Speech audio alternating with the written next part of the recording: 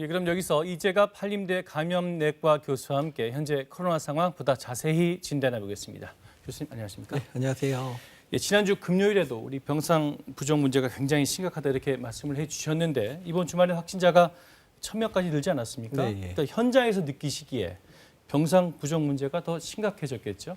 예, 일단은 체감하는 부족 상황이 벌어지고 있는데요. 응급실에 폐렴으로 입원하려고 대기하는 분이 코로나 검사를 양성이 나오는 경우가 있는데 그런 분들이 바로바로 전원이 안 되거나 중환자실에 입원이 안 되는 상황들이 현재 벌어지고 있는 상황입니다. 이미 주말 사이에 그런 일이 지금 저희 병원에서도 벌어졌다는 얘기는 전국에 있는 특히 서울 수도권에 있는 대학병원의 상황은 다 비슷할 거라 생각을 하고 있거든요. 예.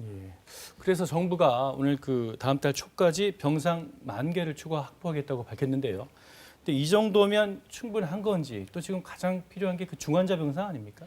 예, 사실 중환자 병상을 생활치료소 7,000개, 그다음에 감염병 전담병원 2,700개, 또 중환자 300개 이렇게 준비를 한다고 얘기를 하고 있는데 다만 지금 만약에 환자가 1,000명씩 보름 동안 나온다 그러면 15,000명의 환자가 발생을 하는 거잖아요. 예, 1,000명씩 보름 동안 나오는. 예, 그런데 보름이면 1월 초가 보름 지나면 1월 초인데 그때 10,000개를 그때까지 준비한다는 얘기는 5,000명 정도는 병원에도 입원 못하고 기다릴 수도 있는 상황이 만들어진다는 얘기이기 때문에 지금 확진자 숫자를 줄이는 노력과 함께 병상 확보 노력을 같이 해야 되는 상황이라고 생각하시면 될 것 같습니다. 예.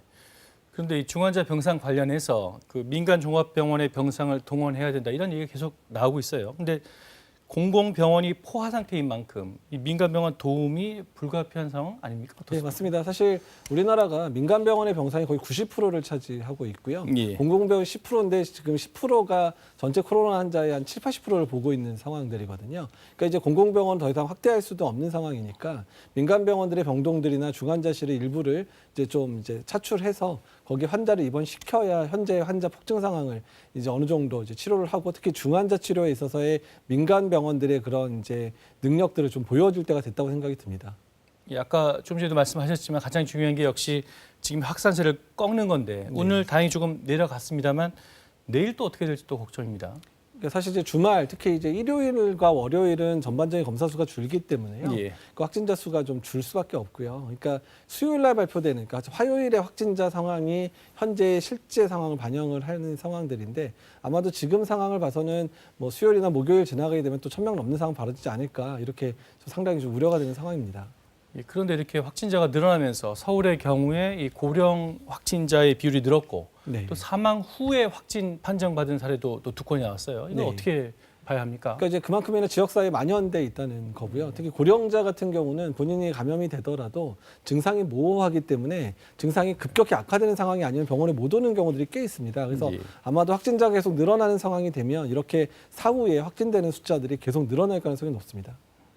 그런데 백신 얘기 좀 여쭤볼게요. 네. 백신 문제를 놓고 최근에 실질적으로 확보된 게 만례를 놓고 계속 논란이 있었습니다. 이 논란은 어떻게 봐야 됩니까? 일단 정부 차원에서 4,400만 명의 확보는 가능하고 이미 가능돼 있다고 보는 게 맞을 것 같고요. 다만 예. 이게 언제 들어오느냐의 문제가 좀 걸려 있는 문제이기 때문에 지금 이 부분에 있어서 정부 차원에서의 그런 협상을 하고 있는 상황들이라 생각이 됩니다. 그렇기 때문에 지금 상황에서 언론이라든지 아니면 전문가들이 만약에 이런 부분들을 너무 과하게 정보를 밀어붙이면 협상력에 큰 영향을 줄 수도 있는 상황이기 때문에 지금은 차분히 기다려 주시는 게 정부의 협상력을 강하게 하는 데 도움이 될 거라 생각을 하고 있습니다. 협상력 강화를 위해서 차분히 기다릴 필요가 네, 있다. 그렇죠. 알겠습니다.